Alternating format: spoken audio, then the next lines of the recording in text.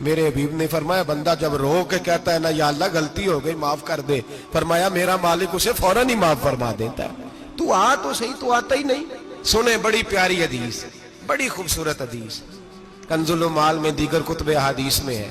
حضرت ابو ہریرہ رضی اللہ تعالیٰ عنہ فرماتے ایک بابا جی نبی پاک کی بارگاہ میں آئے، اور جب وہ واپس جانے لگے تو میں نے عمر پوچھی تو عمر تھی 96 سال۔ کہتے ہیں بزرگ جب آئے نا تو یہ بھویں جو ہے نا ان کی سفید ہو کے تو یوں آنکھوں پہ آ گئی۔ بڑی چھڑی بابا جی نے پکڑی ہوئی اور دونوں ہاتھ پکڑ کے نا چھڑی کے اوپر جھکے ہوئے ہیں ایک جانب، قربان جاؤں۔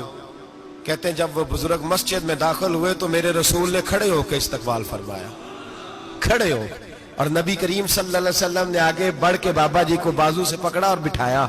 حضور بیٹھ گئے، کہا بزرگوں کیسے آئے ہو؟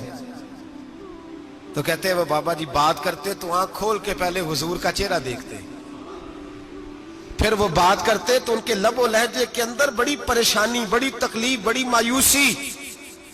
عرض کرنے لگے یا رسول اللہ، حضور زندگی ساری گناہوں میں بیت گئی ہے، حضور غلطیاں ہی غلطیاں، یاد ماضی عذاب ہے، یا رب چھین لے مجھ سے حافظہ میرا۔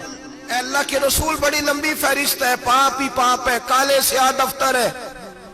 یا رسول اللہ صلی اللہ علیہ وسلم جب پلٹ کے دیکھتا ہوں حضور مجھے نیکی دکھائی نہیں دیتی۔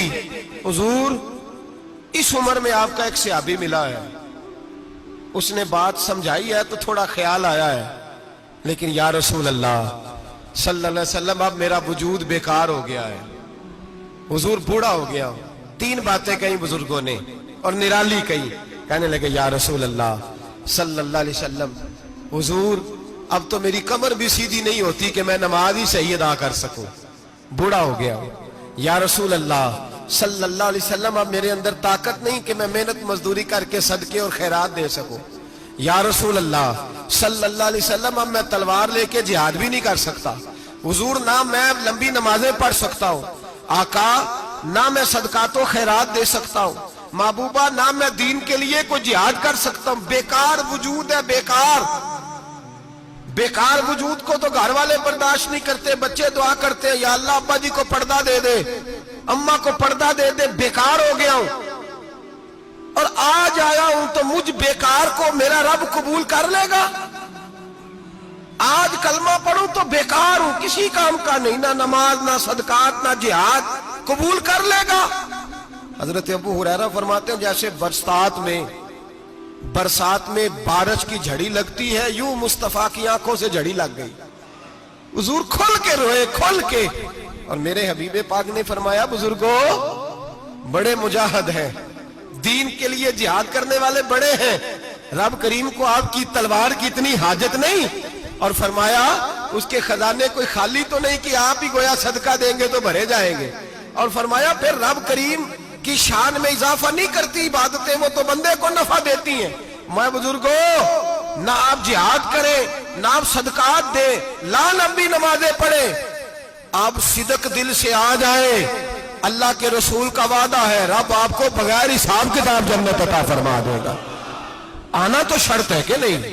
آئیں تو صحیح، نہ پہنچے تو صحیح، آ جائیں، اس کو نہیں عادت صدقات و خیرات کی، جہاد کی، تبلیغ، آئیں تو صحیح نا۔